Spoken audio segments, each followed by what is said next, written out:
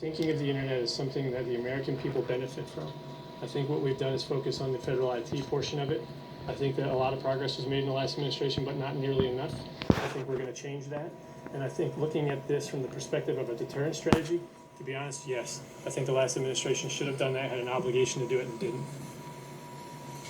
Sorry. I was wondering if the administration has a view on what might constitute an act of war with regard, what kind of cyber attack might constitute an act of war.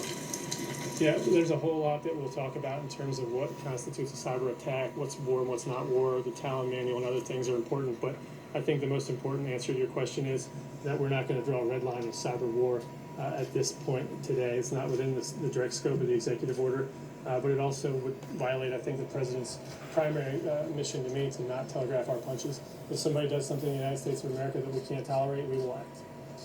Sarah, you said that the goal of this is to secure the internet. You talk about the internet as something that Americans use and enjoy.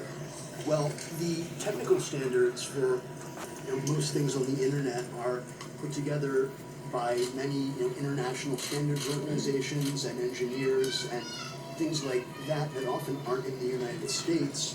Has there been any talk of outreach to these sorts of bodies to try and build in security into the next generation of protocols? Yeah, absolutely. So the message here is not just protecting the people of America.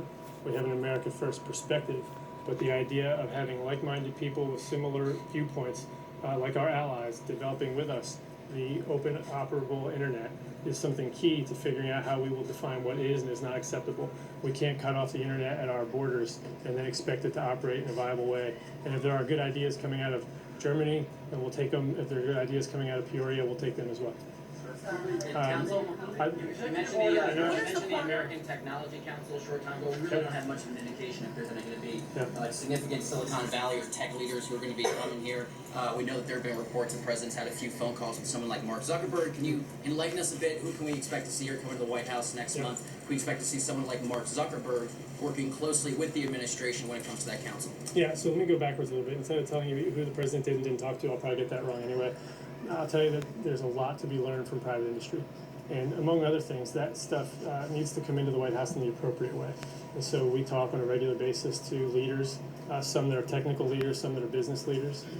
My point of calling out the American Technology Council was to point out that they're going to have a leadership role in modernizing our federal IT. And that has a lot of reasons, right? There's efficiencies and cost savings that are beyond just security. So this executive order speaks to the security component of it. And I would direct you then to the American Technology Council and their efforts as you look through and think about those other efficiencies. But, as an example, we've heard numbers that suggest the federal government spends upwards of $40,000 per employee on their IT service costs. And that is so out of line with private industry that Secretary Ross